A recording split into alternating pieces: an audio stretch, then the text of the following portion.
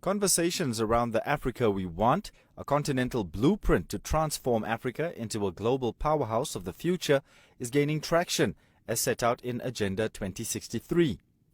MAPONGA says this requires honest conversations around African cultures, religion and spirituality, and the unification of education systems, and how these can shape the mindsets of Africans. Also, I'm looking at the issue of indigenous medicines. There's enough resource on the ground to begin to have, and COVID, I think, has taught us that we can't be waiting for Madrid and Pfizer's to be giving us their prescription of what it is like. If we are really serious, it is now to gather our own African indigenous medical staff, both indigenous and academic, to say, can we begin finding solutions to some of these problems, like high-tech, to that end, that makes the whole Africa our pharmaceutical space where these things can be found. Religious oppression on another level. If the Chinese had colonized Namibia, maybe all of us would have been Buddhists. If the Muslims had been here, maybe all of us would have been Muslims. Tanzania, Kenya, Libya, Algeria, Egypt have fallen into the hands of the Muslims. So by us literally saying we are Christians, we also need to put it into context, that it is not by choice. The religion of choice of the colonial system is this. So we need an intellectual conversation also that says, as Africans, what is our spirituality based on? Are we doing fine with a colonial religious mindset that divorces itself from ourselves? How do we marry the two, now that we say we are Christians and our culture? And last but not least, it will be the educational unification.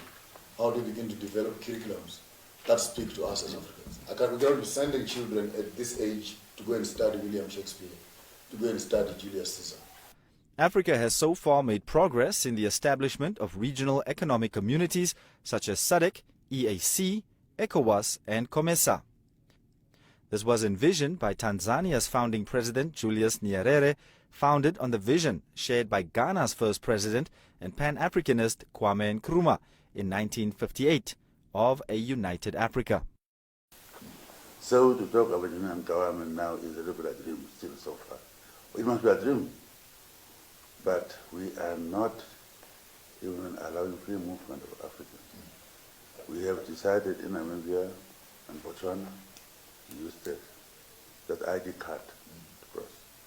We have decided here, and we Namibians, some Nyoma, President Nyoma has just said, are the first one to sing the AU flag. All these years, first country. Now we are saying we are going to give ID cards to everybody, no one's. But then there's an ID card for so-called refugees. We said, I announced it, it will be African guest. But we have to go through the rigmarole of being cleared. But once they get it, once they get UNHCR declaring as such, we will not call them refugees, we must call African guests. That's now our card will say that. Small things are done, but you see, when you talk about African Union, we are still far, far back. Culturally, you said, Francophone Africa is different.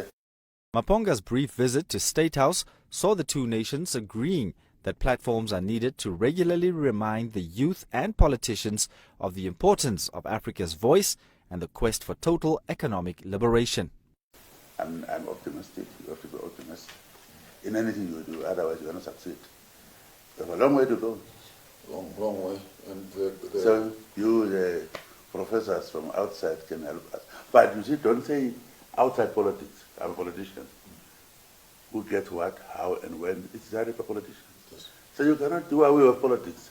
Come and join politics. And then you bring in your views. That's very important, and I think to add on that, thank you for raising that background.